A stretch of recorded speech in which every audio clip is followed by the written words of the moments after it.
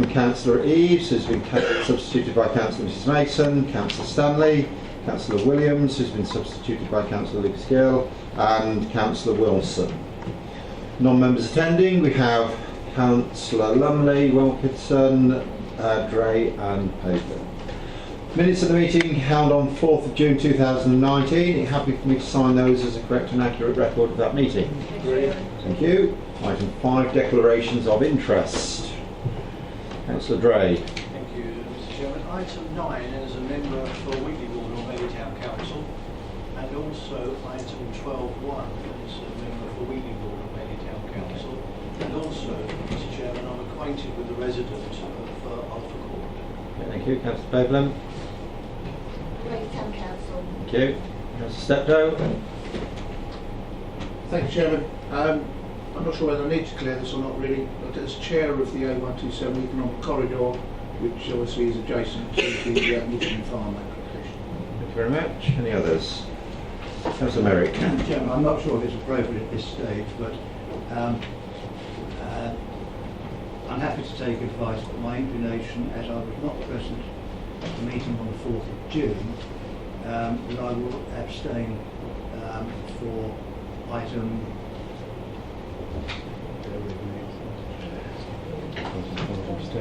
Item 7. Requires entitlement to take part. I haven't heard all the discussion. No, you'll hear it again. You'll hear it again. Well, that was one possibility that did occur to me.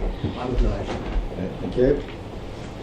Members, you'll already be aware that we've got a full agenda tonight. Some of the items are bigger items. Obviously, we're going to take proper decisions and have proper process, but can you please be considerate that if a point you are about to make is already made, there is no need to repeat anything. As mentioned earlier, we've got an addendum. You've all seen that, you're all aware of that. Just for absolute clarity, we've got to the maximum of about 10:30 tonight to get through this. Okay then, we're going to start with item 6, which is 28 and the quandary of Grove or Close, Chestnut Close. Grove. Is our first item. Mrs. Franks is going to take us through that. Thank you, Chairman. This application is brought before members because the applicant related to the Council's Assistant Director of Place and Environment has been a delegated item. The site, as you can see, is at the junction of Chestnut Close with Southview Road above you here, shown outlined on this, as you see here. The property is one of 3 pairs of detached bungalows. The area that we see on a photograph in a moment is predominantly bungalows. What's important to note while we're on this plan is the setback distance. You'll see architecturally is a concession to the junction by the architect in the initial layout. The building line is much stronger at a shallower depth on this side further afield, which we'll see in a moment. If you could go to that bird's eye, please, plan 2. Our site is usefully delineated by the red van parked on the front of the garden there, and you'll see here's the predominantly bungalow characters you'll see with hip roofs, but here's this setback which was an issue before and is pertinent to the application tonight. If we can see plan 3, please. Members will recall that on the 14th of February came before you a deeper extension at some 6 metres, which is usefully shown in the red extension on this. Here we see the existing floor plan, which is really a nice attractive bay to the design. The applicant sought previously to extend some 6 metres from the main wall, but members refused that because of the impact it was felt in that street scene. It was rather too deep and too dominant. The applicant has listened to what members have said and has come back with a reduced scheme, 1.5 metres less in depth at 4 metres from the main wall, and is a far more acceptable relationship to the adjoining dwellings. If we could just jump to 4, please. Members will see that the layout, aside concern, it didn't form a reason for refusal, but some members were concerned about whether parking could be achieved. And if you imagine this at a deeper depth, it rather frustrated the use of part of the forecourt, relying then on all of this being hard surface. in the reducing the depth, the applicant's been able to achieve some landscaping to the front, but also this area close to the main door. All in all, Chairman, it's a better, less harsh development proposed. Just for clarity, we see the elevations on 5. Members will see that the design carried through really stretches the existing character and proportions. We see the design here. This is as proposed, so currently it is set back a bit to here, but it's otherwise an acceptable design and form and overcoming your previous concerns. Therefore, the recommendation is approved. Councillor Steptoe. Thank you, Chairman. I'd be happy to propose that we accept the officer's recommendation. I will second that, Chairman. Thank you. Thank you. Members, we'll go straight to a vote on this one then. Recommendation for approval, subject to the conditions as described. Those members in favour of the approval, please indicate. Thank you. This item is approved. Excellent case. Item 7. This is an item that was deferred. So this is land to the rear of 37 and 39 Downhall Road, Railey. Thank you, Chairman.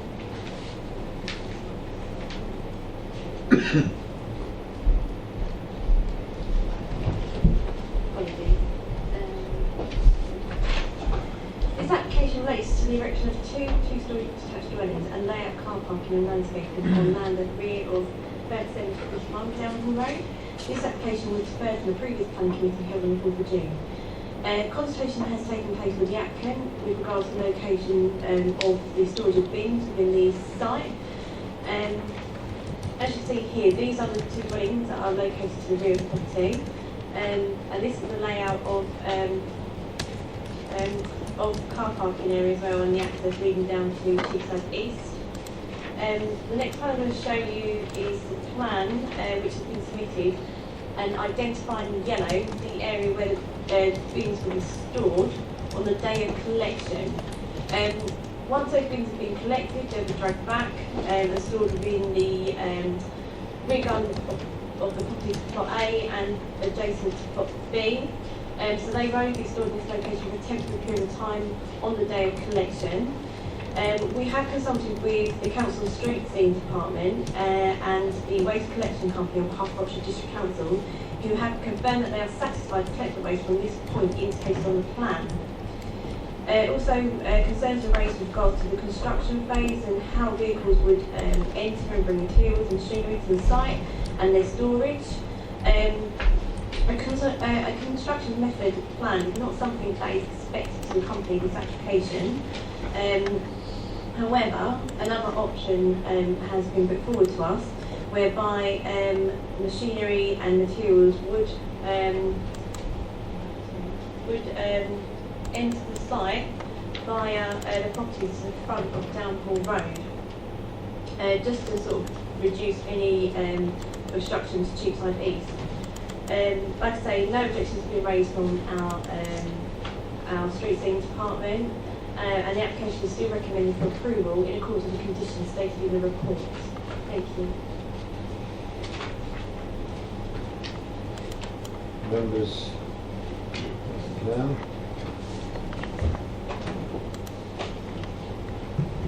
Thank you, Chair. Quickly, a quick one. The bins, regardless of how temporary, will they knock out the ability to park in one of the allocated spaces or garages? No, they won't affect the ability to park within that forecourt allocated for those houses. Can you just clarify for me then the extra information you said about the construction information? Was that by means of an additional condition or a... Okay.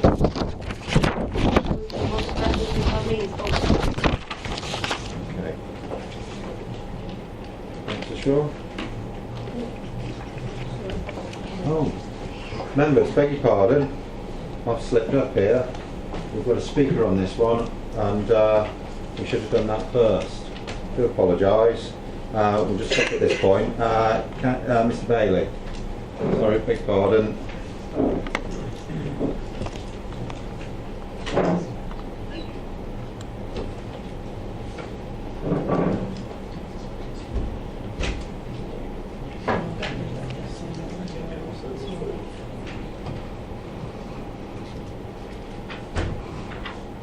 That's it. Mr. Chairman, committees, what I've got is basically a list of points, and some are pertinent, some probably won't be, but the point is they're only raised. We have, first issue was how the comments issued from number 17 tick IDs were actually not posted for some reason, although they were acknowledged. That's not the order, I suppose. The council objected on the basis of the narrow right of way. The Highways Department apparently said it was very tight but acceptable. Due to this narrowness, in previous time, not that long ago, a white BMW that was using the garages caused over £1,000 of damage to the wall of number 7. Unfortunately, the individual that reported the incident did not get a license plate number and apparently said they didn't want to get involved. Both front walls of 7 and 9 TIDs have occasioned damage on several occasions. The Highways Department did not appear to have considered the health and safety risks of a vehicle breaking down, mechanically, emergency, or even catching fire in the right of way, as it would be impossible to open the doors due to the narrowness to allow drivers and passengers to exit the vehicle or rescue services to get into it. That's the right of way situation as far as we're concerned. Parking, we have actually produced a survey that we had done to show that the parking is not as was described. It shows the parking with the existing garages too small for average family cars. There is insufficient clearance for turning, and it would appear it doesn't comply with current planning regulations. That needs looking at. I have produced a slide picture to describe how this looks. And you can see it there. Obviously, the red vehicle next to the two black bits is pretty tight, and you cannot see. The mirrors are almost touching the side, so how would they open the doors in the event of emergency? This is some concern we feel.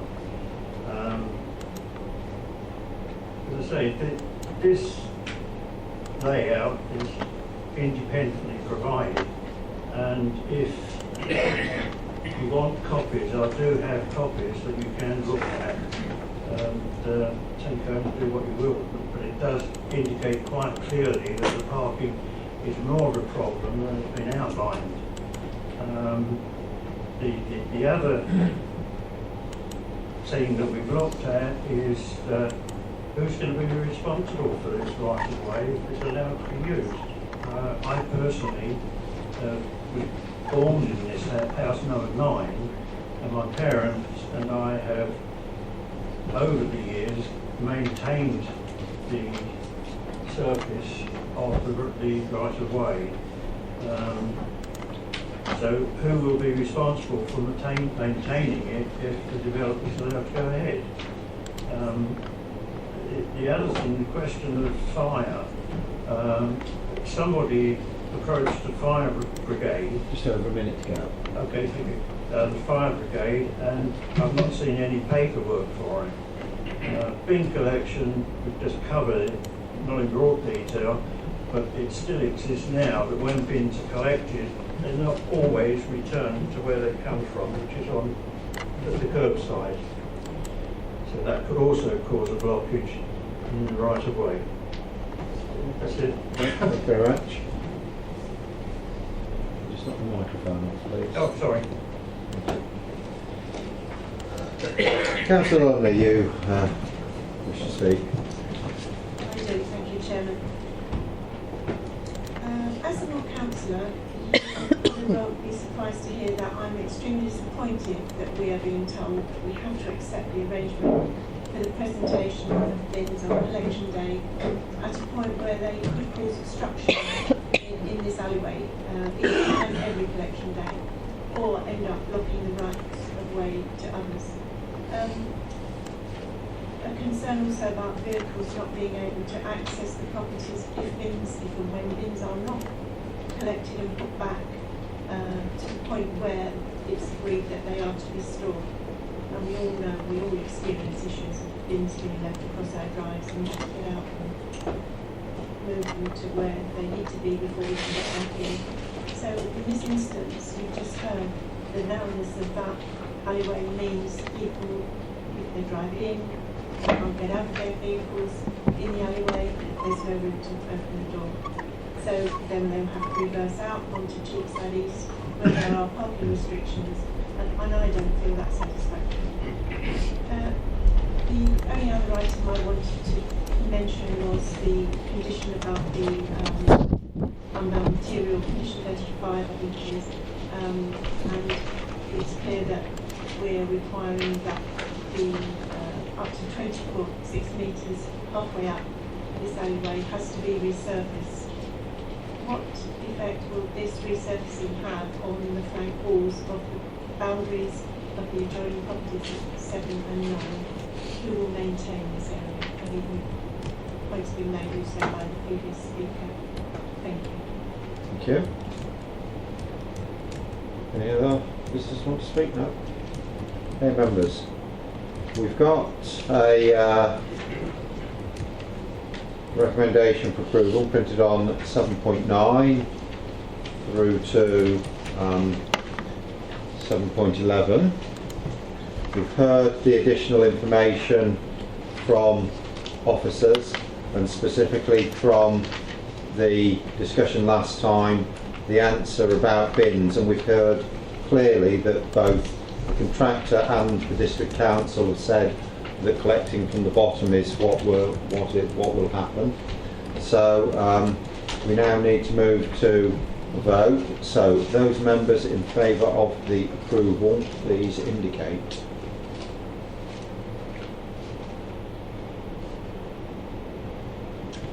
Those against the approval.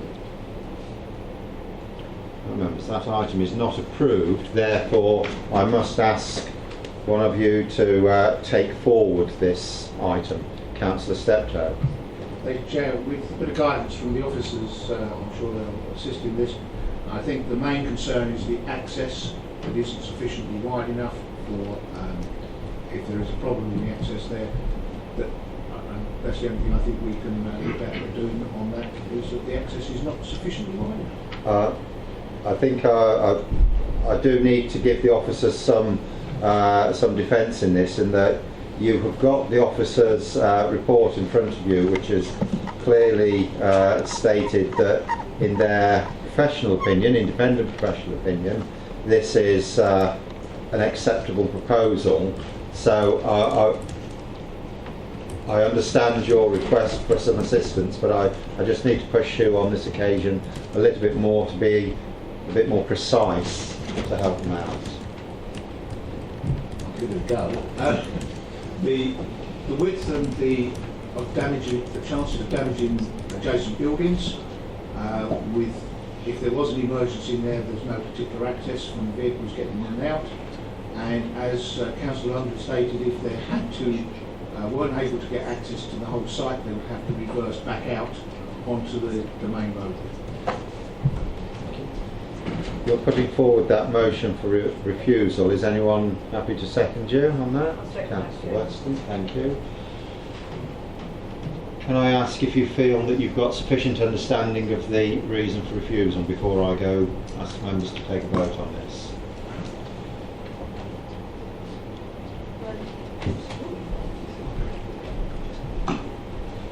We do need to be quite clear about the reason for refusal. Members, I just might highlight the key policy for members to consider is policy DM3. In relation to the comments just made, part of that policy, IX, talks about the availability of sufficient access to the site and adequate parking provision. members might want to draw on that, but I think if we could just repeat the reason for refusal, I haven't got it written down yet. Again, Councillor Steptoe. Chairman, just to move forward, would it help if the matter was deferred? The issue is around... I believe that we've deferred once around this issue. I do not think it would be fair tonight to defer to the applicant if this item was deferred once more. I think it is only fair. Take your advice there, Chairman. So, care to restate? The issues are around the width of the access. If there is an emergency within the alleyway, there's no access, can't exit the vehicle, damaging to adjacent properties. And if there is an issue within the site, then you have to reverse back out. You got that? Okay with that? Councillor Mrs Mason.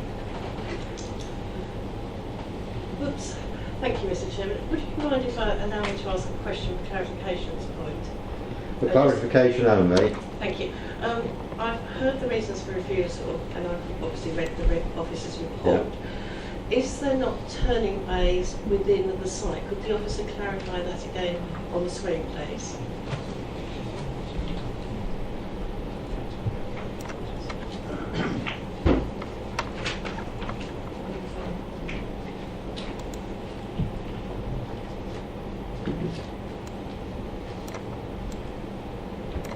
As it does say in the report, Essex Highways were consulted and raised no objections.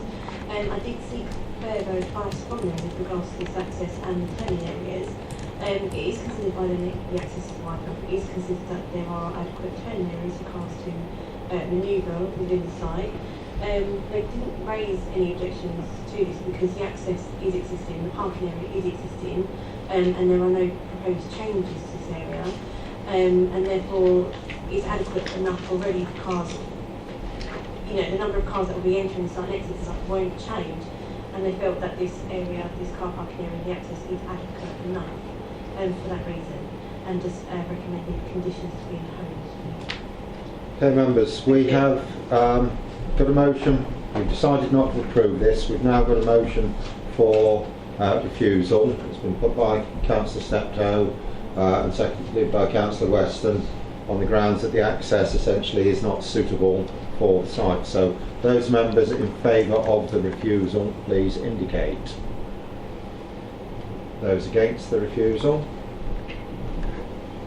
That item is refused.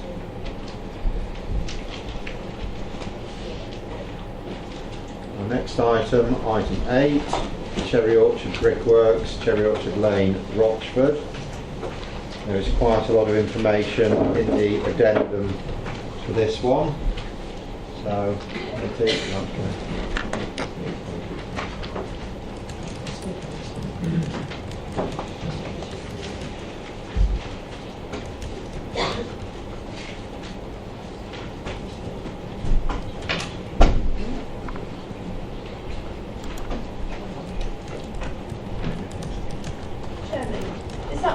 relates to this site, the old Cherry Orchard Brickworks site, which is just east of Cherry Orchard Lane and east of Cherry Orchard Way.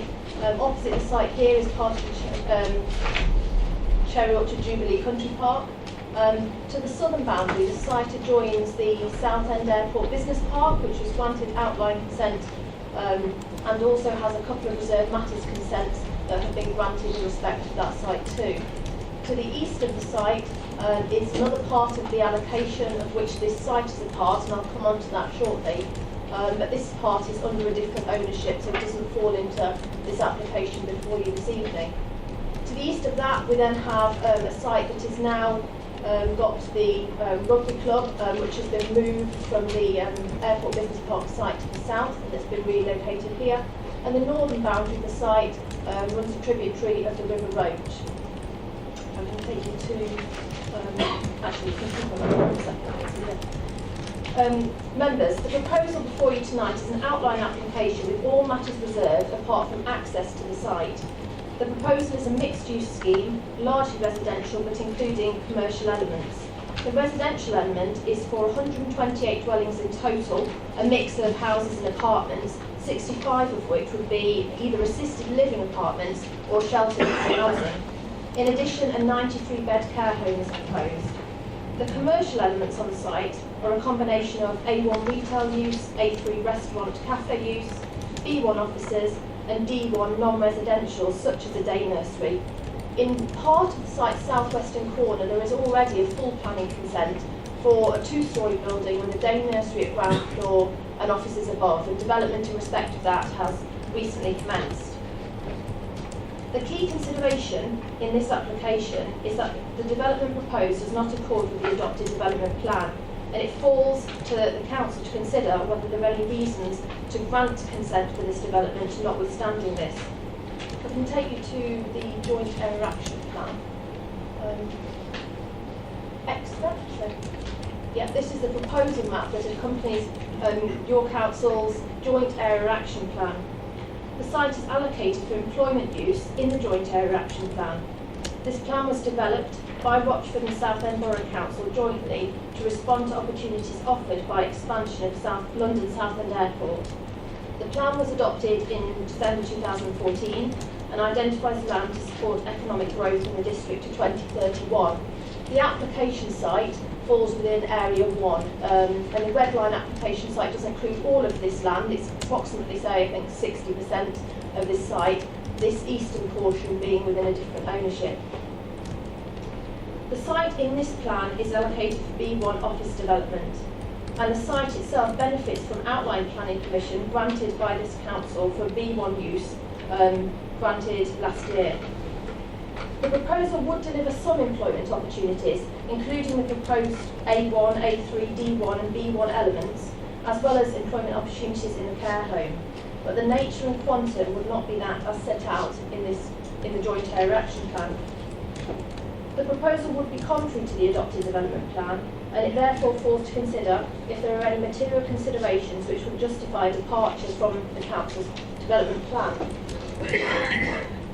The applicant has provided a view from a local agent, as referred to in the report, and a further view as set out on the addendum, to support their view that the allocation is not needed for the allocated B1 office development. The council are required to review site allocations. However, in this case, the JAC looks to development within the allocation up to 2031. We're only part way into this plan period, and it's not considered that at this point in time a conclusion could be reached that there will be no prospect of the site being developed for B1 use as intended. This view is supported by the Economic Development Consultation Response and that of the Planning Policy Team. The allocation ensures sufficient land is available to allow economic growth in the district, and the site has gone through a significant process to adoption in the JAC and identified as a suitable site for commercial development close to the expanding airport. It does not automatically follow that if the site were considered surplus to requirements in the future for B1 use, that the site would be considered suitable for a largely housing-led scheme. Other commercial development, for instance, may be more appropriate, immediately abutting a neighbouring business park. In addition, the site is not considered to be a sustainable location for housing given the distance to existing residential settlements. The site is not in ready walking distance of existing services and facilities such as shops and doctors. We'll take you to the next plan because there are 4 access points proposed as part of this outline planning consent.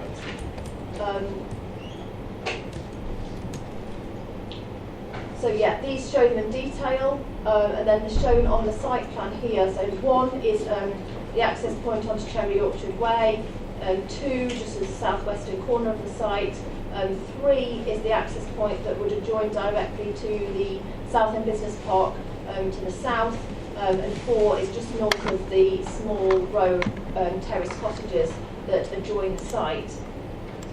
No high response has been received in response to this application, but previously the Highways Authority required the main point of access to be this one from the south, utilising the new roundabout on Cherry Orchard Way. Utilising this as the main point of access would also require residents of the proposed scheme to access the site through the adjoining business park to the south, something not favoured. In addition, members, the site is subject to designation by the Environment Agency in flood zones 1 and 2. If you can just take me back to the location plan, please. So roughly, the flood zone 2 element is a sort of swathe across the central portion of the site, and it's because of the flood zone 2 element and the proposal for residential as part of the scheme that national planning policy requires the local authority to apply the sequential test to the site. The applicant has not demonstrated that the sequential test would be passed by demonstrating that there would be no other sites within the district at lower flood risk. In summary, Chairman, the key consideration is that planning applications must be determined in accordance with the development plan unless material considerations indicate otherwise. The Council has worked with Southend Borough Council to adopt the joint area action plan, which allocates the site for B1 office use, and at this stage in the plan process, it cannot be concluded that there is no longer a need for the site to be allocated for such. The recommendation, Chairman, is therefore one of refusal for the reasons as stated. Thank you.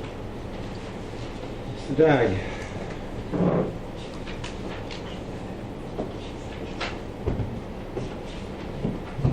Our usual 5 minutes.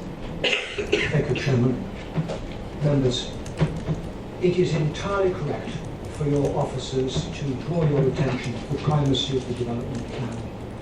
It is unusual for me to come before any planning authority and to argue in the manner that I'm going to argue tonight that you should not make a decision in accordance with the development plan, particularly in respect of such a major scheme.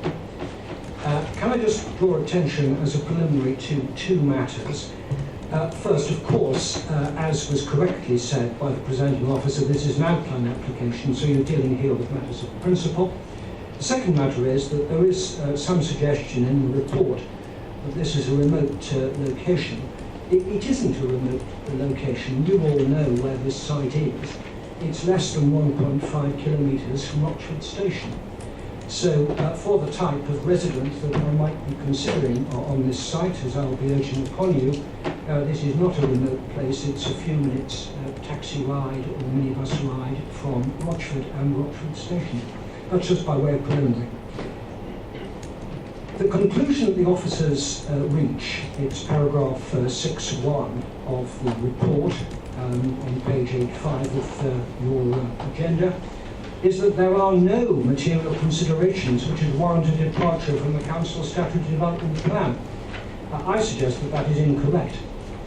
The Joint Area Action Plan was adopted in 2014 based on earlier data and analysis. The Cherry Orchard Brickworks site has a B1 allocation as part of a wider business park. You've been told about that, of course. But it's the applicant's case that office development is most unlikely to come forward. You know that no office development has taken place on the business area adjacent, nor, so far as is known, is any contemplated in that area. If there was any such indication, you'd have been told about it by now. There is a lack of demand. That's simply a fact, we say. The market value of new build larger office space in this area is too low to justify development. Developers will not spend more on building a development than it's going to be worth in the marketplace. That's a point which is made by both Ayres and Cooks and by Glennies in their reports. Now, the basis of our view, as I've indicated, is that we have two up-to-date assessments, not one, two up-to-date assessments by leading commercial property agents in the area, Ayres and Cooks, that's the 13th of March of this year, and Glennie, the 24th of June 2019. Now, you have the advantage in the supplementary material, in the addendum, of the Glennie report. Perhaps I could just draw your attention to page 3 of your addendum. At the top of the page is the end of item 8, supplementary, the addendum, and it's that first paragraph, in our opinion, and the last paragraph, taking that into consideration, that I'd place emphasis upon. So, having that in mind, to say that, as the officers contend, that there is no clear evidence to indicate that there is no demand for the allocated employment use at the site is simply wrong. Officers suggest in paragraph 312, of the report that you can deal with these contentions, these up-to-date contentions by the agents, by the specialist agents, by reference to the 2017 Economic Needs Assessment. A needs assessment obviously is not, particularly as it's 2017, an up-to-date assessment of the current market. Just a minute to go. There is, in effect, no response to the clear opinions given by Ayres and Cooks and Len. Now, my second point is that this is for a specialist retirement village. You have the content, it's been explained to you by the officer. It is not a standard residential scheme. There is ample evidence to justify and policy to support such specialist provision in principle. There is a pressing need, and if it wasn't already obvious that there was a pressing need, yesterday, the 26th of June, government published new planning practice guidance with regard to the need to provide housing for older people. And it's indicated in there that the need to provide housing for older people is critical, in as far as we needed to be reminded of that. So there are 2 points. Here is an opportunity. It's worth considering this opportunity. Thank you very much. Thank you.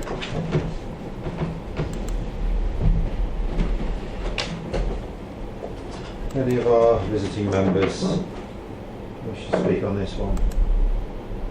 Okay. Councillor Steptoe. Thank you, Chairman. I have a concern that, as our speaker has already mentioned that there is a new document, new guidance that has been issued by central government in the last few days. I would assume that officers have not had the opportunity to be able to look at this particular application with that in mind. The thought goes through my mind on that, and I'll take advice from officers here as to whether the matter should be deferred for officers to be able to take the opportunity to take that guidance into account. Perhaps I can have some guidance from officers on that. Yeah. Do you want to comment on that initially? Well, Councillor Mrs Mason, do you want to make your point while you're... If Councillor Steptoe is happy, or do you want to continue, Councillor Steptoe? Oh, well, until I have an answer to the question, I can't continue. Well, they're just determining things. Pardon? If you'd like to go ahead. Thank you. This is a complex and comprehensive application. We have in this district a wide range of need for different types of property. There's demands for every sort of property. And I would agree with the applicant that there is a demand for this type of development. However, I have concerns about the location that is proposed for this development, and I've put some rough notes here. Firstly, we have an area plan that goes up to 2031. I think it is premature to assume that the demand for B1 use will not be there in that time span. I don't think we're far enough into our area plan, our district plan, to assume that. It's obviously a matter of opinion, but that is my opinion. The Speaker also states that, and here I have a contradiction, the Speaker states that the situation was not, the area is not remote, but their very own argument says it is remote, which is a contradiction in itself. The item that he referred to on page 3 of the addendum says the current poor connectivity to the site, to the nearest station of Rochford, and the lack of on-site facilities will further deter demand from the office sector. But if that's the case, it would also deter demand for residential use. And there is a concern there that for residential use, you need more public transport than you do for office use, not less. It also says there's poor connectivity and lack of provision, which, as I say, that there is a problem there. The other area that raises concern, Essex County Council have raised concern re the flood risk assessment, and they're well documented in the report and not something else I think that we should overlook. And lastly, but not least, if we were to apply this for housing, I would expect there to be a consideration for affordable or social housing as per our policy, regardless of the fact that this is for over 55s, which I understand restricts it somewhat. We still have a need for affordable housing for that category of resident as well, and our policy is for 35%. I don't see that mentioned at all, or any consideration given to that. So on balance, I have heard no material considerations to divert from our adopted plan, which goes to 2013, and I would certainly support the officer's report, which I think is very comprehensive for refusal. Thank you. Councillor Shaw. Thank you, Chair. I'd go with Councillor Mike Steptoe regarding deferring it. My concern is that we haven't had the Essex County Council Highways report in, so we are actually missing reports, and I don't think we can make any decision on any application if we haven't got the full reports. Thank you.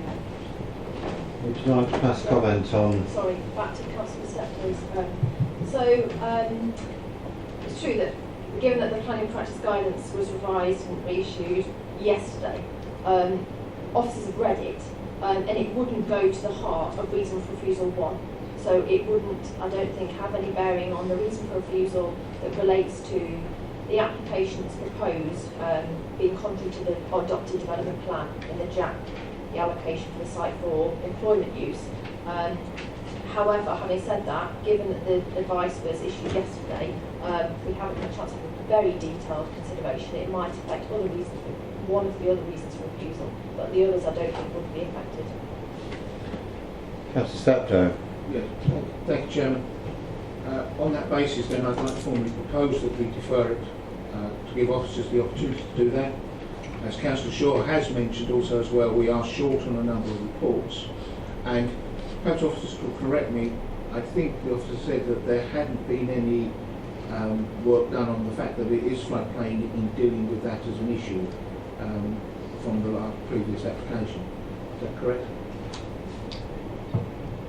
Since the application was brought before the council, we have had a revised consultation response from the Leeds Local Flood Authority at Essex County Council. So in terms of surface water, so SUDS, surface water drainage, they have no objection in principle. So in principle, they're happy that if the scheme were approved, we could get a surface water drainage scheme that would work. The flooding issue that's reason for refusal is more of an in principle one, because the NPPF requires us to do what we call a sequential test. Because part of the site is in flood zone 2, and it's because of the residential element that it triggers us to look to make sure that there are no other sites that could take the type of development proposed which are at lesser flood risk in the district. And so that sequential test hasn't been passed yet. Again, the guidance issued in the PPG would have no effect directly in relation to that part of the recommendation. Thank you, Councillor Steptoe. Did anyone support you in your motion for deferment? I'd just like to say a few words on this one before we go to that vote. I'm not in favour of deferring at this point. I read the 5 reasons for refusal that the officers have put forward, and I think they clearly explained in their presentation. I think they're to do with our core strategy. Our core strategy wasn't a document that was decided on overnight. It was many years' work. And of course, it's not fixed in stone. Evolution takes place in the planning environment, and clearly there's a little bit of evolution taken place in the past few days. But we're talking about the principle of housing in this location. I'm not averse to the type of development that is presented here, but it's the location. Councillor Mason has pointed out about the connectivity. I just don't feel that location is appropriate for residential housing. We've got a principle here of over 55s, but once the principle of residential in that location is established, then there is chance for change there.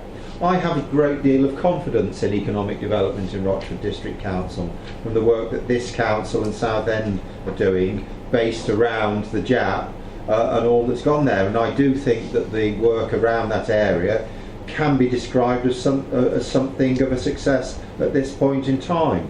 Some of the areas that are mentioned in the independent reports, I think, are quite different in their nature.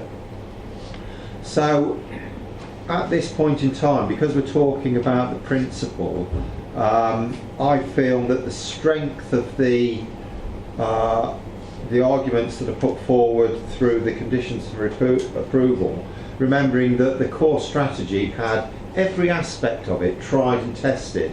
I'm not going to say this is a speculative application, clearly not, it's a full and proper application, but I don't think it fits within the spirit of the core strategy and what we're trying to achieve. So on that basis I wouldn't support a deferment at this point, but the deferment has been made and it's been seconded. Would anyone else like to speak towards the deferment before we go to a vote on it? Okay. Members, if you're in favour of a deferment, please indicate. If you're against, this item is going to be deferred, and specifically the items around the evolution of the planning policy are what we're looking to, and of course the highways response. Thank you.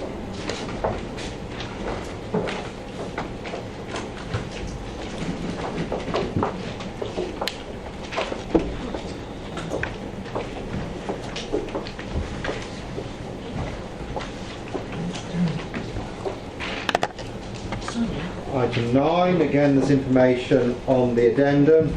Michelin Farm, Arterial Road, Railay. Thank you, Chairman. Okay, this application is situated to the north of the A127 and east of the A1245. The A130 is situated to the west, and the South Bend Liverpool Street train line borders the site to the north. I'm just going to take you through some photographs of the site just to show you. This is looking west towards the A130. As you can see, the site is covered in quite dense vegetation, and also previously there are some fires on site, and I know previously a fire that happened a couple of years ago. There's a lot of debris across the site as well, to the east. If I take you back to the site, the master plan rather. The application seeks to develop a site for light industrial, B1, general industrial, B2, and storage and distribution, B8. The site within the red line, you can see that. The site within the red line has been split into two parts. Phase 1, which is to the east, this part, and Phase 2, which is the large part of the site, to the west. Phase 1 seeks full planning permission, whereby all matters such as access, landscaping, scale, layout and appearance must be considered. So that's the part to the east.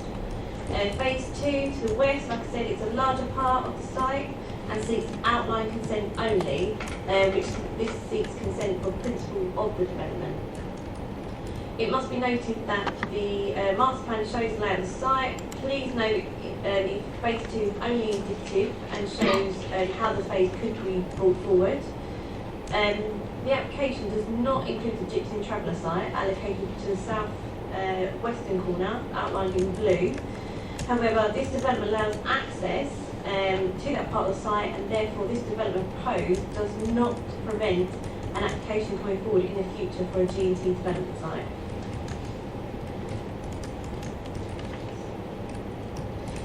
The site layout plan is for phase 1, whereby, like I said earlier, all matters such as access, landscape and scale, layout and appearance must be considered.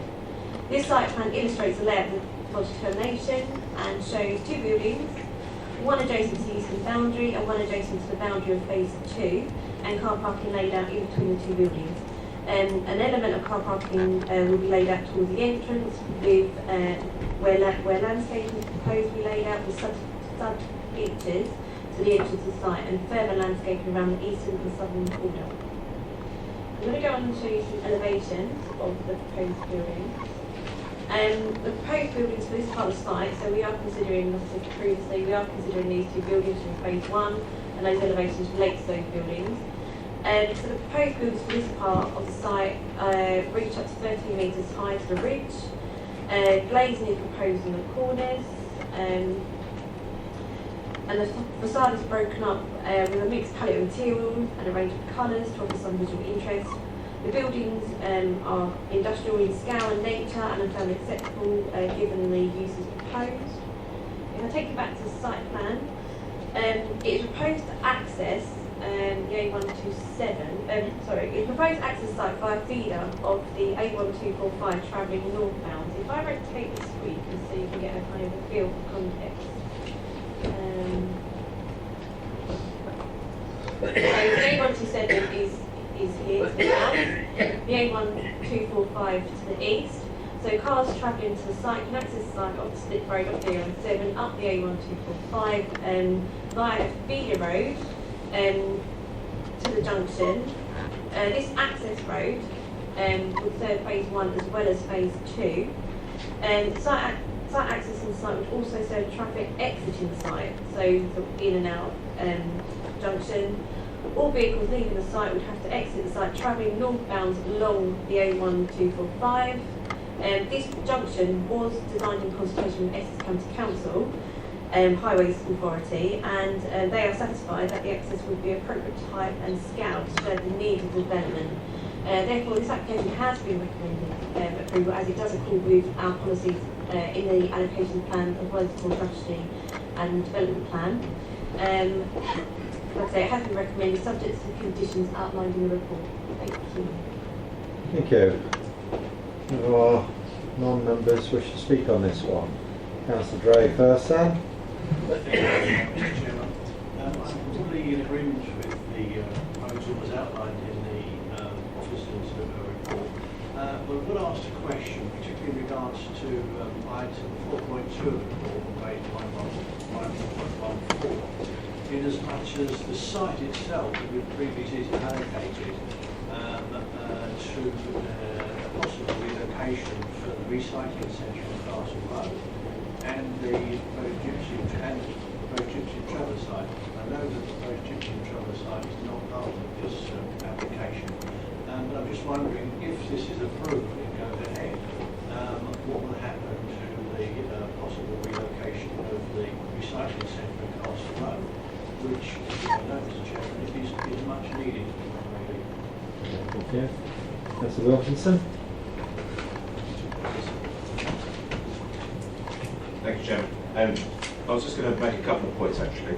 And just to follow on from what Councillor Dray has just said, in the relation to the Castle Road Recycling Centre, I've recently had, because both Councillor Dray and myself being ward councillors for both areas, this and Castle Road, I've recently had conversations with Ian Dahl from the County Council regarding that, who has assured me only about 2 or 3 days ago that work is going to recommence with regards to the relocation of that site. It's not a short-term thing, but they are going to do that. So that does need to be borne in mind, I would respectfully suggest. I'd like to say, actually, I'm also in favour of this. I think it's a good development opportunity. I think it's good economically for the area. And in principle, I have no objections. My 2 points I'd like to make. The first are, I don't think I'm going to get an answer to this. The Gypsy and Traveller site allocation, bit of the land side. Are we, or have we considered saying to the developer, right, we have a need for Gypsy and Traveller sites in this district. We give you planning consent for this. Can you develop that as well? And if not, is that something we can do? Because it should be looked at. Because we're not looking at it, I would suggest. And the second point I'd like to make is more around safety and road safety. I wonder if the officers could give me some assurances that the Highways Department and the County Council have spoken to about this, because that stretch of the A1245 is a national speed limit, which means that vehicles travelling on there are travelling more than a mile a minute. and means that vehicles exiting that site are going to have to get up to speed, up to 60 miles an hour plus, before they join lane 1 of that carriageway. So that exit lane has to be equal to an on-slip to a dual carriageway, which is considerable in length. Has that been given consideration? Because if not, it needs to be. Or if not, sorry to interrupt, I'm not going to answer my question. If not, can the Highways Department been asked about the reduction in speed limit, which would be beneficial for 2 reasons. First of all, it would increase road safety because the traffic will be travelling more slowly, and secondly, I do understand the whole of the 127 from the Fortunate Walk all the way to Southend is going to be made 50 mile an hour limit anyway soon. So has that been given consideration? Councillor Lumley. Chairman, the only comment I want to make was to declare an interest as a county member for this area. Thank you. Any of our non-members wish to say any more? Okay. Would you like to just make some points before we go to the members, please? Yes, you very mentioned about the Gypsum Travel site, and whilst understanding concerns, this development won't be the Gypsum Traveller site coming forward. The developer is aware of that allocation. It is a privately owned site, and whilst they are aware, that site could be brought forward at any time by the owner of the site. It's not something for us to pressure as such, the developer to do that, but they are aware that that is an allocation and that does need to be brought forward at some time, and they're aware there is a need in the district for a Gypsum Travel site. With regards to highways, Essex County Council has undertaken extensive work regarding this access, and it was also been in pre-application discussions with the developer prior to the application being submitted to the council. They will look at road safety, and speed limits may well be reduced in the area, whilst I understand, like you said, it is 70 miles an hour. But obviously that's outside of our remit in terms of considering this application, but highways are aware of that, and that has been discussed between sort of developers and Essex County Council Highways. And like I said, they were in consultation with the applicant in terms of designing that junction and those feeder roads. And like I said, they don't raise any objections to this, but your points are very valid, and they are aware of that themselves. Did you have further information on the recycling element? Did you say Castle Road? Castle Road. Castle Road. It's the only one we have to anticipate. Yeah, I mean, this site has been marketed. I'm not aware if what interest has come forward to the developer, because I'm not privy to that information. However, that is something that could potentially happen and take place within phase 2. I mean, phase 2 is indicative. We're just looking at principal development. So whether the developers take that on board and whether they would be happy to accommodate that within that part of the site, they may well do. But at this moment in time, I don't know exactly. Okay. Yeah. Okay. No, sorry. That's you just get the one go. Right. Moving on to members then. Councillor Steptoe. Thank you, Chairman. Just before I ask my questions, I want to ask with regards to the exit onto the 1245 there. That's just before the railway bridge. The railway bridge is roughly where the word planning that's upside down is. Just the other side of the railway bridge is where the proposed junction or slip road coming from the A130 will feed into the 1245, which will be controlled by traffic lights. So that section of road in time will become a far more controlled road in terms of speed and traffic going on, just to alleviate perhaps a fear. My questions, if I may, Chair, are around the site as it is currently. I think most members here will be aware of what's been going on at that site over many years and what has actually been dumped on there, which is what raises my concern. I'm concerned as to how, and I've not seen in the report, that the site needs to be cleared. There's a lot of waste that's been dumped on that site. We don't know what it is. It could be anything from asbestos to oil. We know there was tyres, which are all burnt out, and of course the fallout from all of that. How is that going to be monitored? How is that going to be controlled? And as part of that process, where would it then be disposed of, and how will that be controlled as part of that? That leads me on also as well with regards to the wildlife that will be currently there. It's a fairly isolated site, having roads on 3 sides and a railway line down the other. So the wildlife there will be fairly contained, but with the amount of contamination that is on the site, if, for example, the crested newts, if there's any there, are relocated, will there be any issues in those creatures causing problems with the areas they then move to, with the diseases they may well be carrying? How is that going to be confirmed? Also as well, the water runoff gives me a concern with regards to what has been dumped on the site. That's obviously going to run into the natural watercourses around the area. Again, how will that be monitored because of the contamination that is already on the site? I think to avoid repetition, you've probably gone straight to the heart of most of the concerns about this. So would you like to give us a bit more chapter and verse on contamination and wildlife and conditions relating to? Thank you. I'll answer the contamination part and Marcus is going to answer the ecology part. Yeah, to do his background. But you raised very valid points with regards to the contamination. There has been a report, a desktop report that's been submitted with this application and does identify the site and the previous history of the site and what is potentially on that site. As a result of condition 20 has been recommended, which requires the developers prior to development to undertake a preliminary risk assessment and submit that to the council, as well as a site investigation scheme as well as a risk assessment which will come to us for us to consider, consult with our environmental health colleagues if there's a concerns and go back to the agent. But that condition has been recommended for the agent to deal with, and so all those concerns that you raised will be dealt with by that condition. That's page 9.8 going through onto 9.9. That's quite a big condition. Yeah. Marcus, if you'd like to answer ecology? Should there be a deemed required translocation of reptiles from the site, then I don't think contamination would be an issue for those reptiles. It's more something that's accumulated in mammals rather than reptiles, so I'm more concerned. I'm going to come back. So just to clarify, the four-eyed great-crested newts that we might find on the site will be quite happy when they move to them. With regards to the removal of the thing, I'm still a little bit concerned about how we are going to control where that ends up. Will that be part of the conditions that and the assessment that they give you, is that you will know where that waste then ends up?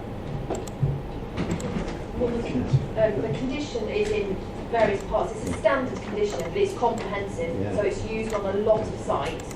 Some perhaps with less contamination than this one, but part of it talks about, so the detailed site investigation means actually sampling, and then those results have to come back, and then the remediation scheme has to be set out. So that in detail will explain how they intend to deal with any contamination that they do find on the site. So we would be expecting that to be dealt with in the manner it should, depending on the type of contamination that they're finding. So that includes the ongoing disposal? Yeah, the remediation strategy would, yeah. Right, members, we've got a detailed report, we've got a area of land for commercial development which meets with our strategic plan. We clearly see that we're talking about the detail of phase 1 and an outline for phase 2. Can you just put up phase 2 just to remind members? So that's what you see on the screen now. Just want to outline again the detailed area that we're talking to, and then the in principle. We can see that still retains clear access to the land that we've allocated to the Gypsum Traveller site.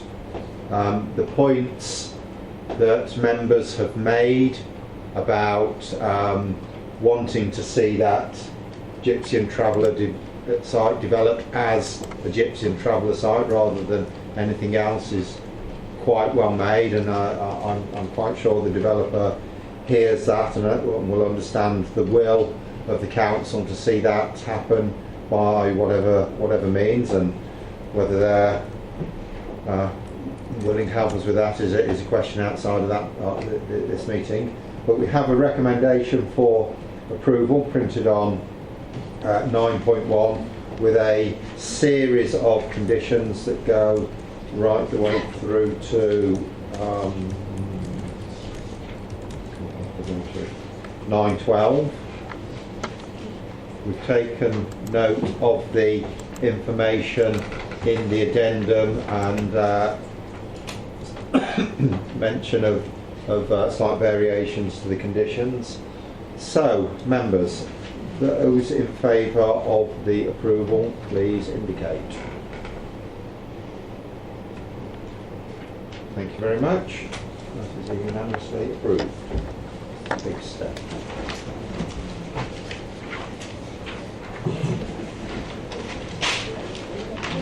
Right. Item number 10. Again, small amount of some information about this on the addendum. This is land to the north of London Road and south of Rawworth Lane in Rayleigh. Thank you. Just got up the parameter plan from a previous outline application for the whole site, just to give the members some context. So this application relates to what we call the London Road site, originally granted outline planning permission for residential development in 2016. This is the parameter plan that was approved under this outline consent, which shows a central spine road in the grey colour, running north-south from Rawworth Lane at the top to London Road at the bottom. So we go on to the application site plan. This is an awkward, sort of unusual shape. So the red line actually follows the proposed part of the proposed central spine road, and then it also includes an area here of strategic landscaping. It then skirts round a proposed attenuation pond, and then comes down to the south and sort of follows the line of the proposed road. So this application seeks reserve matters consent for part of the central spine road in this central location within the London Road site. The northern section of this spine road is a continuation of that northern section, and that northern section already benefits from full planning consent. The road would be some 6.7 metres wide with landscaping and swales to either side. Bus stops would be located, so one adjacent or close to the playground that is just east of the site, and then one further south, adjacent to what will be a phase of residential development at the site. Access, several accesses lead off, so one here, and then there's a couple that lead off there. There's 6 points of access that would lead off the spine road that's proposed into these residential parcels, in relation to which you will see reserve matters applications coming forward in due course. The proposal also includes a pumping station here, just north of the surface water attenuation pond, which is here, an electricity substation positioned there in part of the strategic landscaping. The location of the pumping station and pond are considered acceptable. Drainage details relating to the pond and phases 2 and 3 would be dealt with by a condition imposed on the original outline planning consent. So it's not the drainage detail in relation to this pond we're looking at this evening, it's more just the principle of where the pond is going on the site.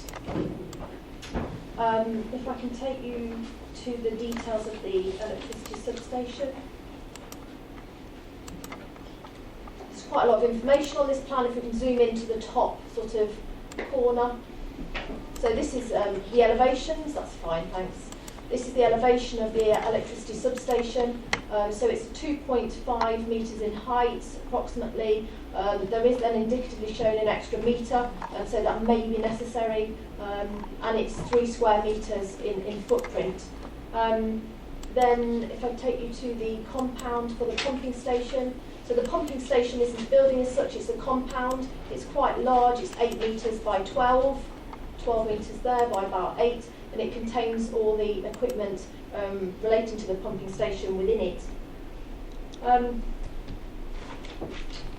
Chairman, the recommendation is for approval, subject to the conditions as set out on the report, and a further 2 conditions. One, a standard condition relating to the approved plans, just for clarity, and a second additional condition relating to details of boundary treatment to the pumping station, so the enclosure fencing that would be around that, and also the enclosure fencing and the details of the elevation, so the external facing materials to the substation. It's recommended that those be required to be submitted and agreed in the interest of visual amenity. This pumping station actually is one that's going to replace one that was proposed within one of the residential envelopes. You can go back to the location plan. So it was here, somewhere here. That's already been granted reserved matters consent, but instead of putting it there, for various reasons, the applicant prefers it to be in this position here, and we say that there's no harm caused by that.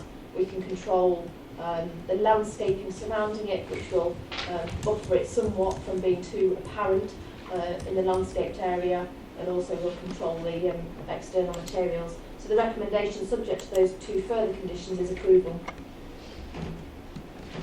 Okay, any of our non-members wish to say anything on this one? We've visited this one quite a number of times. Members, Mrs Mason. I'm quite happy with the officer's report. I'd like to move approval. I'll have a second that, Chair. Okay, members. If everyone's quite happy, we'll go straight to the approval plus the adjustment to the conditions as outlined to the officers. So those members in favour of the approval, please indicate. Thank you. That's unanimously approved.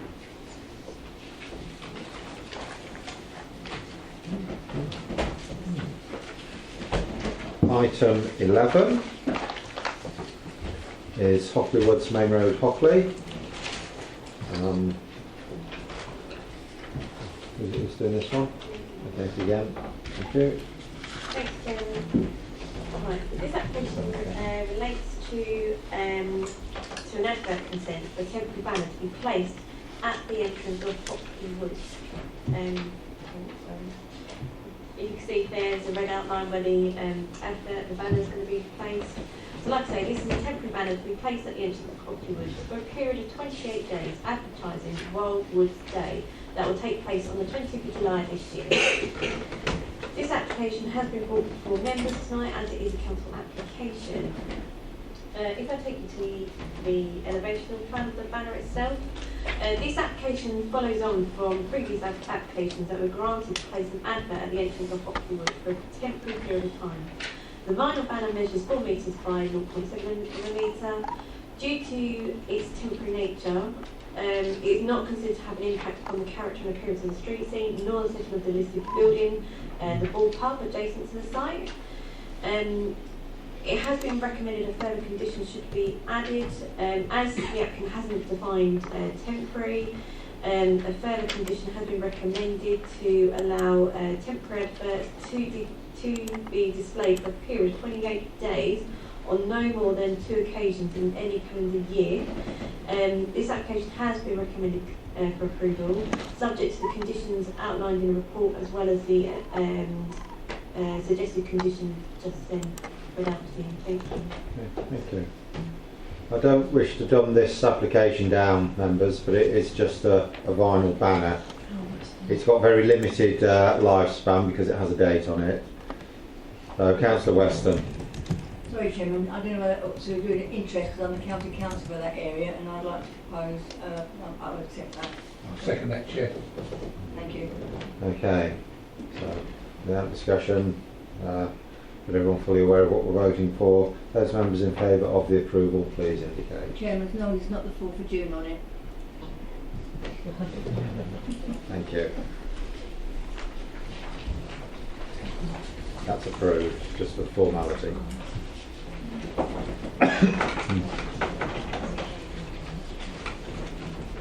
Right, members, this one is an application referred from the weekly list, item 12, 33 Eastwood Road, Rayleigh. Mr Stranks. Thank you, Chair. This application is to the site of a vacant former retail unit located on the northern side of Eastwood Road at the junction with Webster's Way. we can see, we did see, Sorry. on the corner. Some members familiar with Rayleigh, they're found that for a moment if you like. It's the vacant former cut price shop that I understand has been vacant for some time. You'll see the building, as we say in the report, 3 stories, maisonettes above the site. You know, the traditional 2-storey flat, as it were, above a shop, architecturally of its time, 1950s brick dominant construction. What interests us is the shop front detail here. There's very limited proposed works, just recolouring the aluminium panelling that you can see, the actual glazing bars. And the lower parts of the windows and doors would have a frosted vinyl applied so that would limit visibility. While we're on this photo, a couple of vents you'll see in the report are proposed to the side view. If we could jump to the location plan, sorry, not location plan, my mistake. If we could see the floor plan at all. Members will see it's an unusual shape. There's an access to the rear courtyard to behind the premises. Webster's Way is along here. This is the stairwell on the end, Webster's Way, some members will be familiar with, that gives access up to the maisonettes above, and the applicant is showing control over these 2 car parking spaces. Here is the back entrance to Bentley's, the cafe next door, which adjoins the unit. The use proposed, you'll see from the report, is for a micro pub, and in planning terms that's what we call a use class A4, whereas cafes and restaurants are use class A3.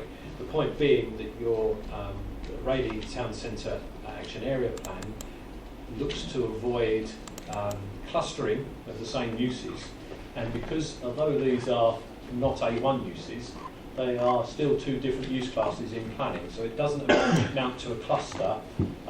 One is a pub type use.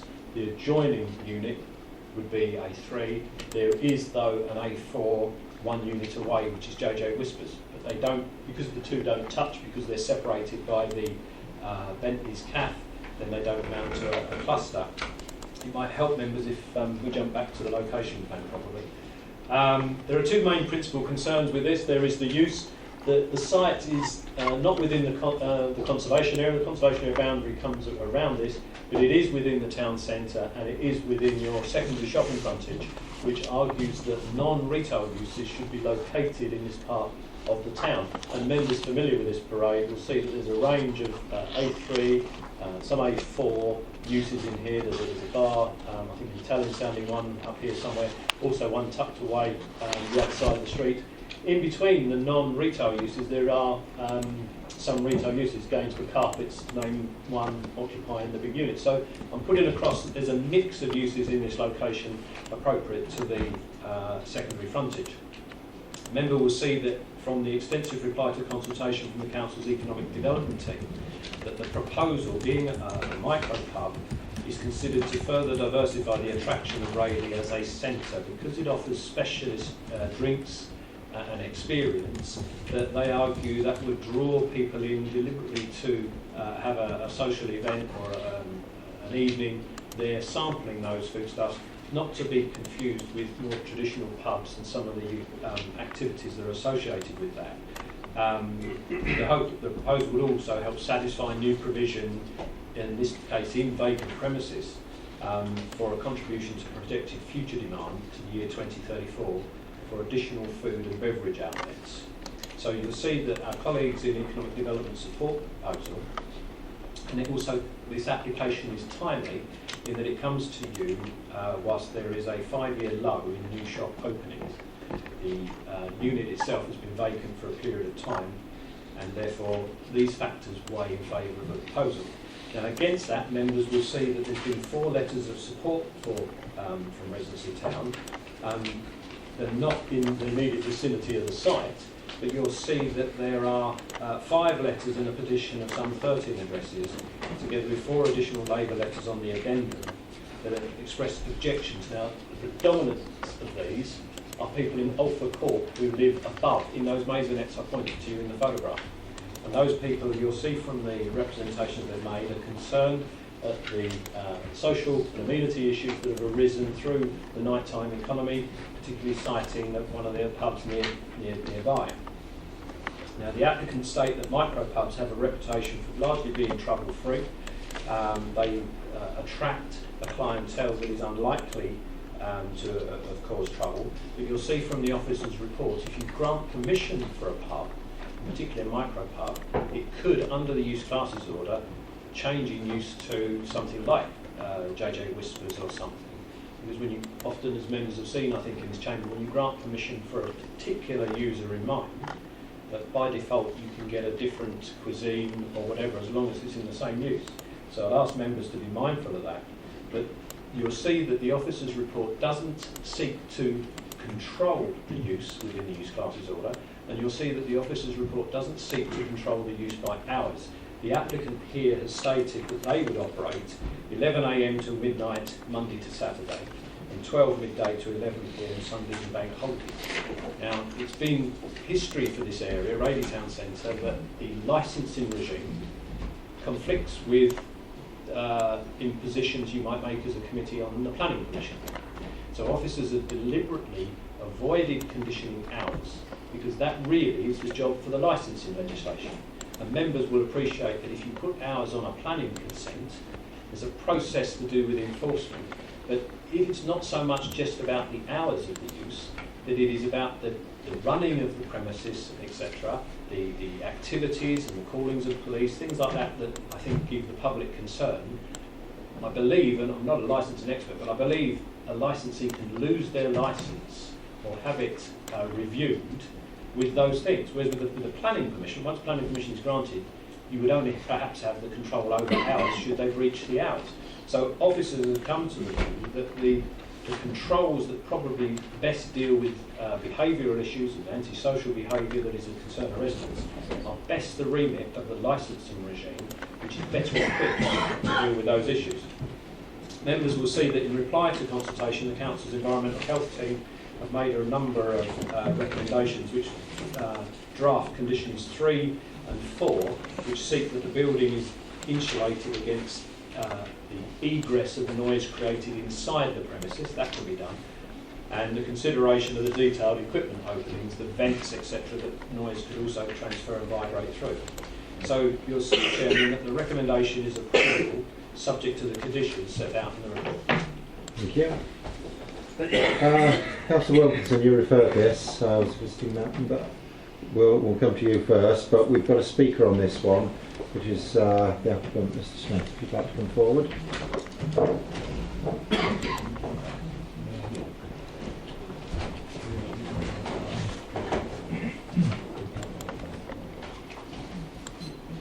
Up to 5 minutes. Mr. Chairman, members, good evening. It's actually me that applied for the change of use, and obviously I would like to speak in support of the application. I've looked to add to the positive reports of the planning officer and the economic regeneration team. The reports demonstrate a complete understanding of what I'm trying to achieve.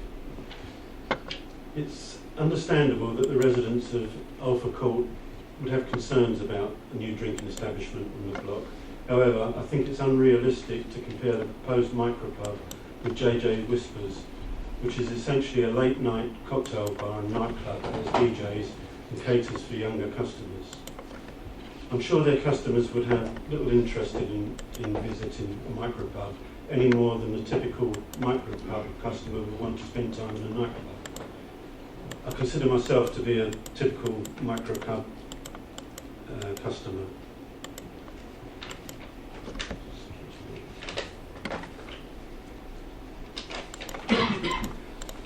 The proposed smoking area is beneath a concrete canopy which I believe is within the boundary of the property. The area is used by other businesses in the block for customer seating and was used for over 20 years by the previous tenant to display goods for sale. The government has done a great deal to encourage the craft and cask beer industry with the introduction of the small brewers relief and relaxation of the planning laws, enabling more small drinking establishments to open. Because of the dominant position of the large breweries and pubcos in the distribution chain, micropubs are extremely important to local breweries. Even though all the pubs in Raleigh Town Centre have real ale offerings, none of them are from local breweries. Crafty Casks would go a long way to rectifying that situation. Thank you for your time. Thank you.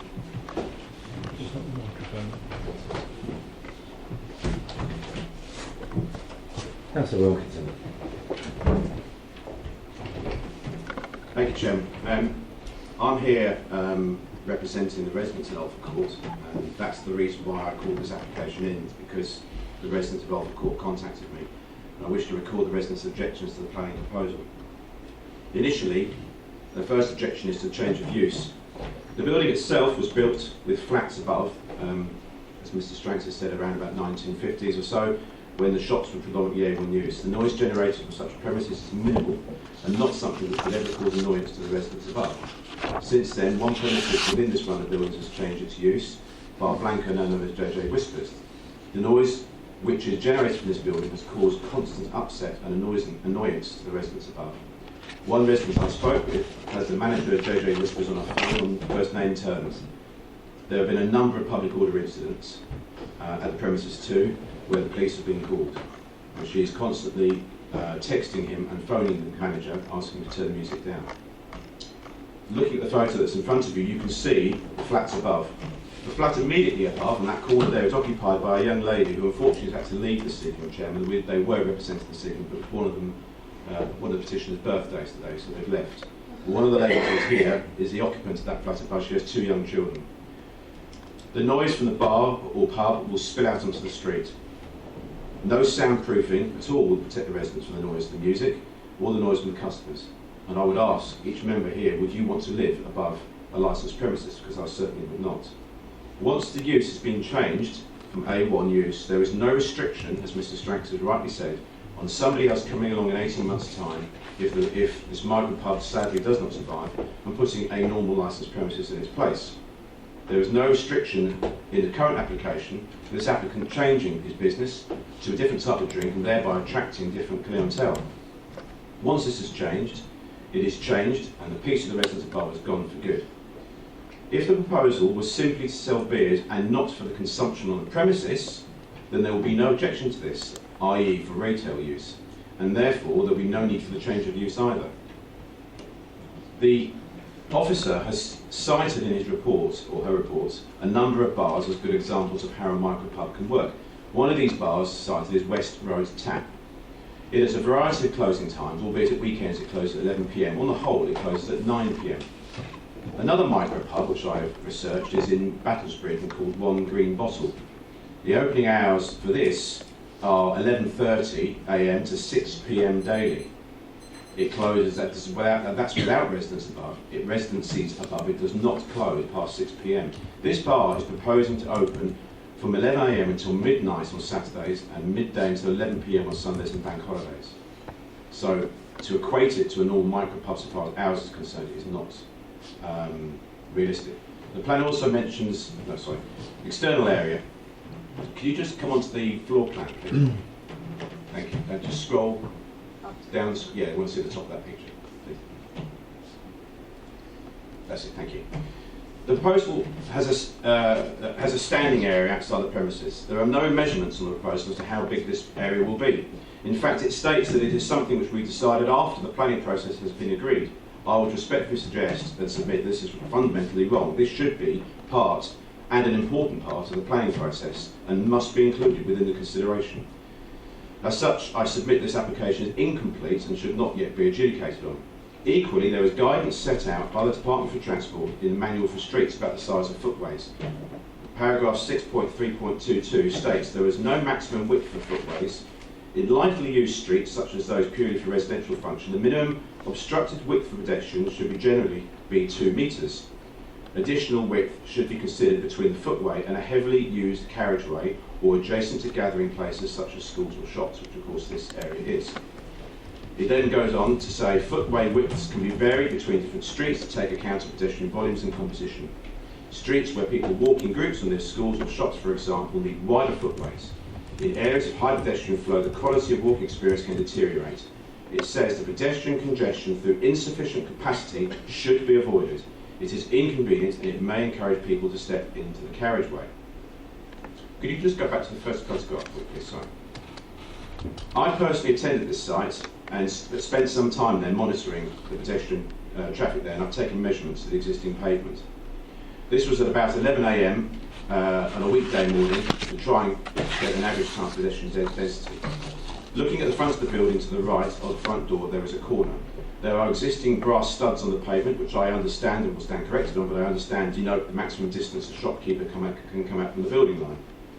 From this stud to the pavement edge is 1.9 metres, which is less than the minimum guidance for a residential street in the manual for guidance, and clearly a lot less than they would recommend for a road of this sort.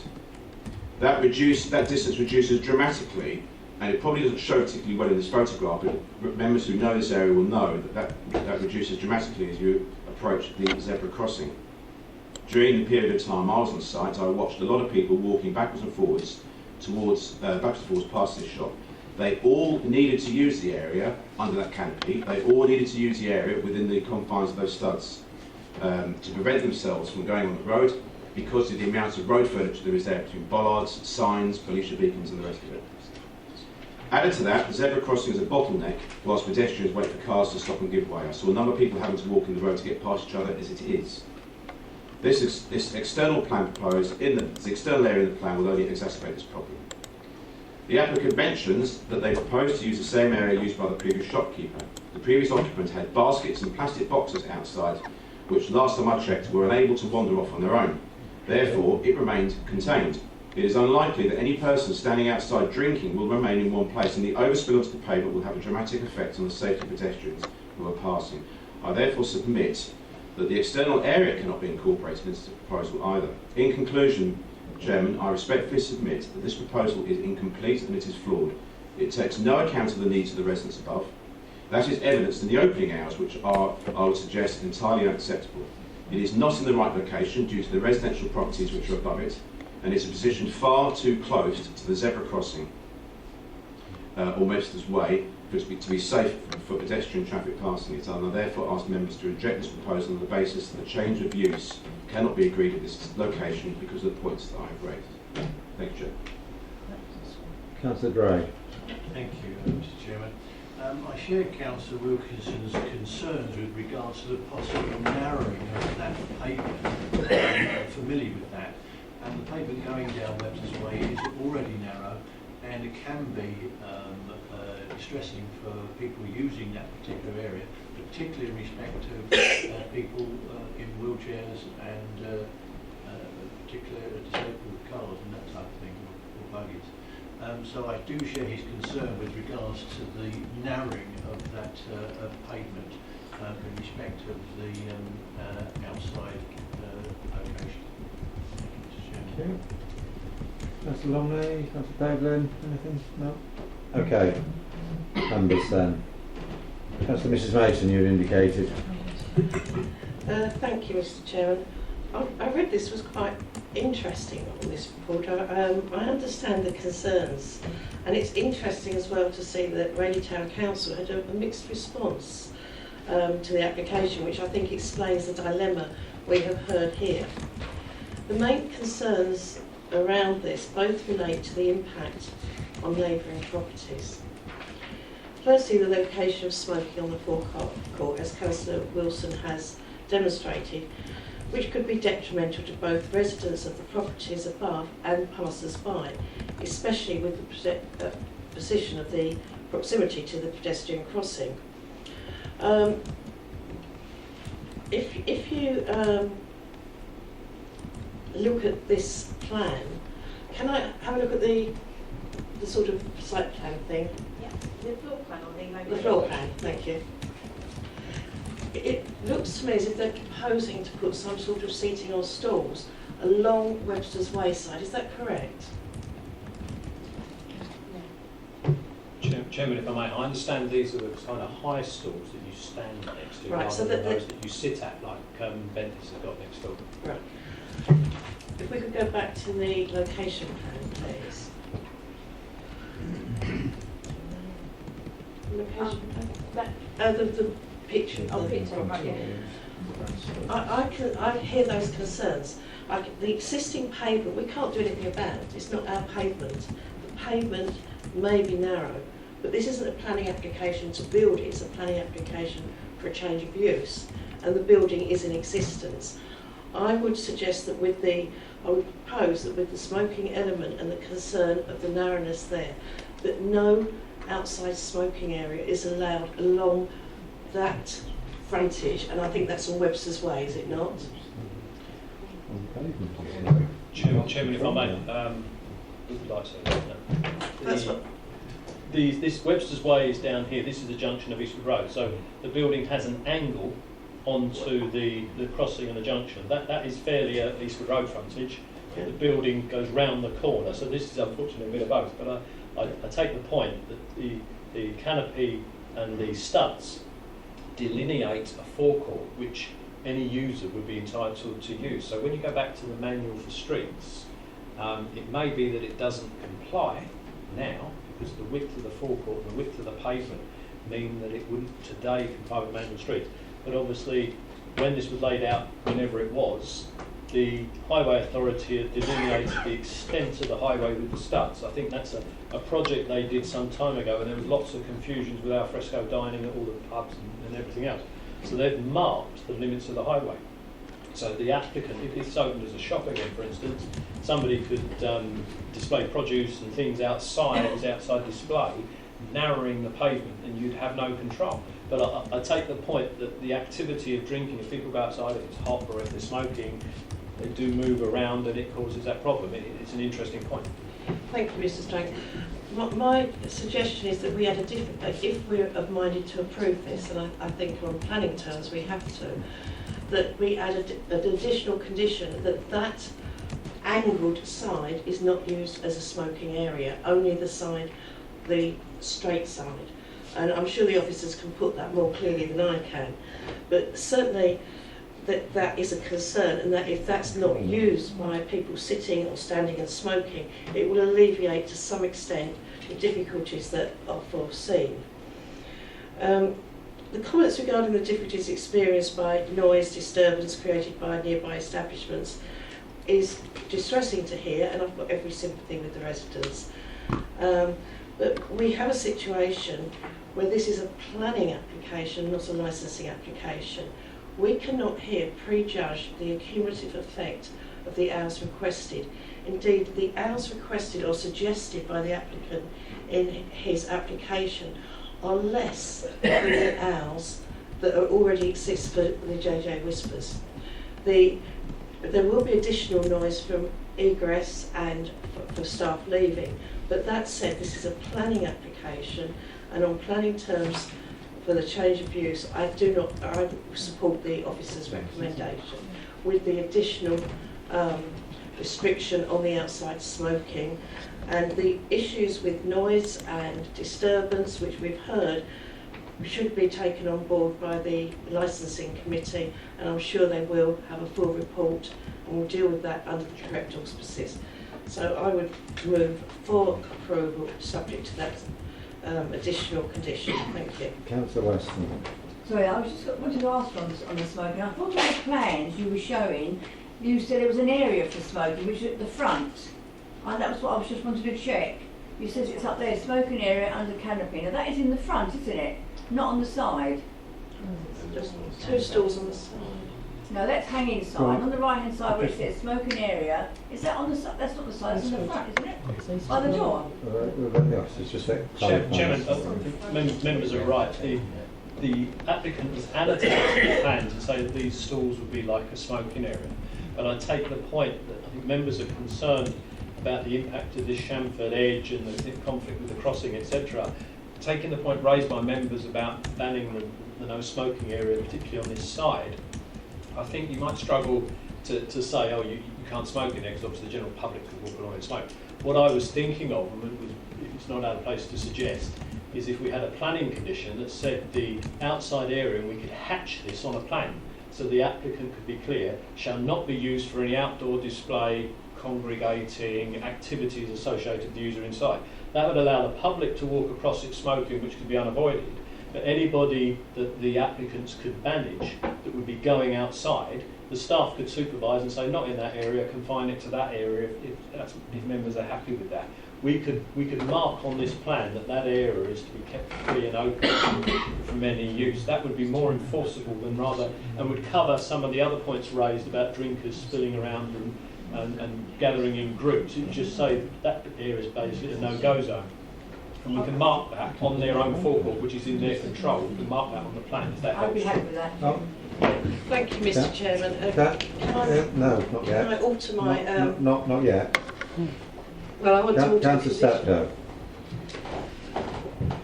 Thank you, Chairman. It's really around that smoking situation. I think it's almost impossible to impose a smoking condition on anywhere on that forecourt. It's perfectly legal for anybody smoking to smoke in the open area. It's not inside a building. I don't see how the owners of the property would be able to enforce that. So I don't think that's a condition that can be imposed. I think when we're talking about conditions in general, we do have to bear in mind the point that you've made. They do have to be realistic and enforceable. I can remember many years ago when right through the town the brass studs were put in to clearly delineate the areas that were in control of the properties, because there was a plethora of A-boards, advertising boards, that people were tripping over. So the scheme was evolved to make it clear what was in the control of the various frontages. Clearly here there are brass studs, and as we've previously seen in the previous existence, there was all sorts of goods put outside. So it is an area directly in control of the shop or whatever the use is put to, and we have to put things that are realistic and effective. And as you've said, members of the public walking past can be smoking. The ability to control someone that's whether they're visiting the establishment or could say they've just visited the establishment and just stand outside. So I think it is a really difficult one. So if we move to talk about conditions, we've got to have things that are enforceable. Councillor Mason, you wish to further expand what you said earlier then? Yes, I would say that on balance I would move for the change of use to be approved with the condition on the smoking as outlined by Mike Stranks, which is a lot clearer than I could make it. Thank you.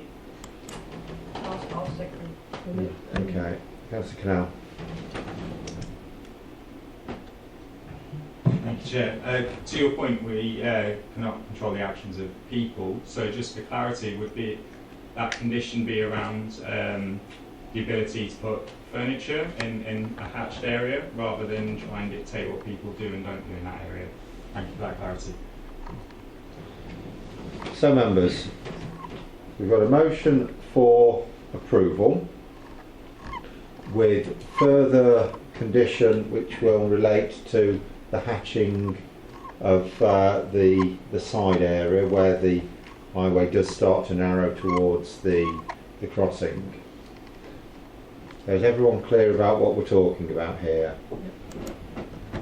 Chairman, I'm not clear about the smoking situation. Some have said it is with regards to furniture, others have said it is with regards to smoking. I can't see how you can impose a condition to stop people smoking in that area. Chairman, if I may, what we can say in a planning condition has to be precise. But first of all, it has to be within the control of the applicant. Now that forecourt, premises sides of the studs, is under the management and supervision of the proprietor, the licensee.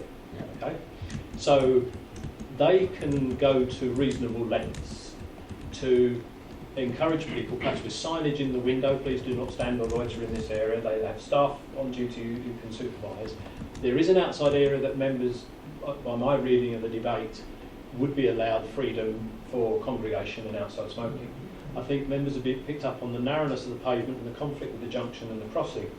Now it's within the applicant's control if members put a condition on to say this area, so we clearly mark the area on the approved plan. We hatch it and we have a condition that says within this area There shall be no outside activity, storage of furniture or seating, things like this. We can be as precise as we can so that we make it as least likely as possible that people will mill around there. Now, the condition won't rule out that you'll never see somebody smoking or waiting there. You could have people waiting to go in, waiting for a friend to arrive, and they just so happen to congregate on that corner. But if the way the establishment runs its business in knowledge of that condition and how crucial it was to members, I would like to think that most of the time the premises would operate a good management philosophy to that area to cease its attraction for the issues that are concerning members. And as like other members have said, from time to time people totally nothing to do with the premises, not customers or patrons, will still hang around there waiting for friends on mobile phones and smoking. You won't stop that kind of thing. But what you will be able to do by the condition, you'll be able to control the intensity, I would have thought, to a reasonable limit. Now I think that is sound in planning terms, but we can achieve that by a carefully drafted condition.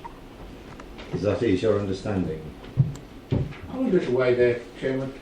Just out of interest, where the studs are, would the applicant be within his rights to put a little petition along there, you know, a little chain link fence? Personally, I think that would exacerbate the problem of the narrowness of the highway. I don't disagree with you, Chair, but would he be entitled to do it? Chairman, I'm perhaps rusty on the PD for shops, but that may be possible. I know they can do A-boards and advertising, and they can put that up there in a certain way to create enclosure. If I draft this right, what the condition will do will prohibit structures and things like that. The point that was raised earlier about furniture and associated with the wording would read something like, within the area shown hatched on plan, whatever number it is, but the key is the area we hatch, there shall be no furniture, no pub-related activities, things like this that we can try and limit, try and foresee and limit the kind of things that would happen from time to time. But if members felt with the success of that condition, you would never see somebody smoking there or on a mobile phone ringing a friend or something, whether they're patrons or not, you can't absolutely guarantee that it would be forever free. But what you would hopefully achieve is that you wouldn't have it used in common and overspilling, which was I think some of the points raised, because they'd already have an area on the Eastwood roadside, and we can say, well, that shouldn't be used. And if the management on site understand that, and I think if this is what this decision tonight swings on, then they'll know that there'll be a condition that the enforcement officers could enforce if they disrespect the condition and it causes all sorts of problems. Hopefully that's clear, Chair. I think Mr. Stranks has clearly understands the intent of what members are trying to achieve, and he's described his skill in use of planning language, which has filled me with confidence in his ability to achieve what we're seeking to achieve. Do you want to contribute with a few legal terms? Chairman, I was really only seeking clarification as to which boundaries are going to be affected by the hatching. Should we just call up that plan and just indicate the pointer? If I may say, so far as I'm concerned, I would really only be content. I avoid the use of the word happy. I would only be content if it's permitted anything to be placed along the boundary with Eastwood Road. I think the whole of the front boundary, which is the corner, and that part which the boundary along Webster's Way would be far too narrow. So that bit. So we really have to go the whole of the boundary where Webster's Way and the front, which is on the corner. Permitting anything to be placed only within the boundary on Eastwood Road. So that's where we're effectively describing. That is, I just wanted to clarify that. Thank you, Chairman. Okay, members, fully informed and confident in the condition that Mr. Stranks is going to describe. Those members in favour of the approval, as indicated, please show your hands. Those against, that item is approved. Thank you very much. Earlier than anticipated.